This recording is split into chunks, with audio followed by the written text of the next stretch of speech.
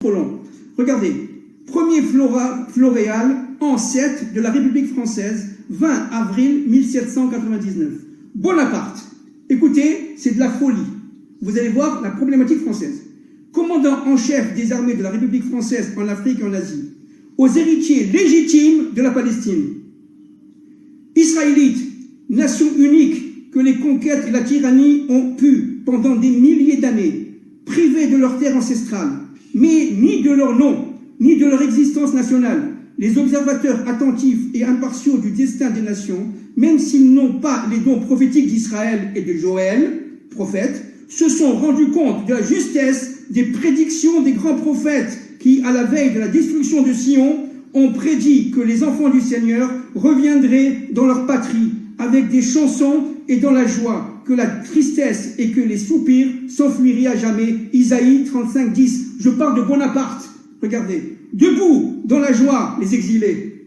Cette guerre, sans exemple dans toute l'histoire, a été engagée pour sa propre défense par une nation de qui les terres héréditaires étaient considérées par ses ennemis comme une proie offerte à dépecer. Je parle de Bonaparte. La Providence m'a envoyé ici avec une jeune armée, guidée par la justice et accompagnée par la victoire. Mon quartier général est à Jérusalem, ça ne s'est pas fait, hein, et dans quelques jours, je serai à Damas, dont la proximité n'est plus à craindre pour la ville de David. Héritier légitime de la Palestine. Regardez par rapport à ce qu'on vit aujourd'hui, hein. On parle de Napoléon. Juste, n'oublions pas que Napoléon est corse. Oui, oui. N'oublions pas que c'est le pays où on fuit le plus de juifs après l'Inquisition. Oui, oui. Et que jusqu'à aujourd'hui encore, on dit que énormément de Corses sont d'origine juive. Oui, absolument. Donc peut-être que c'est son étincelle juive. Oui, bien sûr, évidemment. Est... Mais c'est toute la problématique de la France, là. Regardez. La grande nation qui ne trafique pas les hommes et les pays selon la façon de ceux qui ont vendu vos ancêtres à tous les peuples, Joël 4, 6, ne vous appelle pas à conquérir votre patrimoine.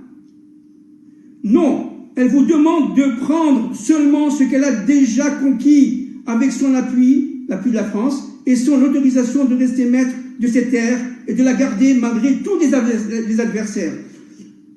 Levez-vous, Juifs, montrez que toute la puissance de vos oppresseurs n'a pu anéantir le courage des descendants de ces héros qui auraient fait honneur à Sparte et à Rome, Maccabée 12, 15. Ça pleurait ce texte. Oui, oui, absolument. Je vais faire un effort pour en tenir mes larmes. Regardez, il y a de quoi. Mais ce texte est connu. Non.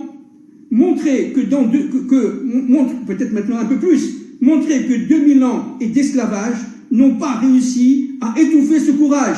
Hâtez-vous, dit Bonaparte. C'est le moment qui ne reviendra peut-être pas d'ici 1000 ans de réclamer la restauration de vos droits civils, de votre place parmi les peuples du monde.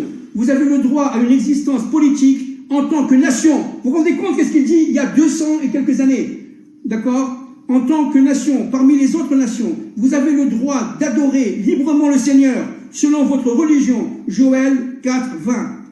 Nota bene, le 16 août 1800, Napoléon déclara « Si je gouvernais une nation juive, je rétablirais le temple de Jérusalem, de Salomon. » On parle de la France, de Napoléon Bonaparte. Mais juste... Bon, alors attendez. Laissez-moi vous interrompre. Oui. Regardez.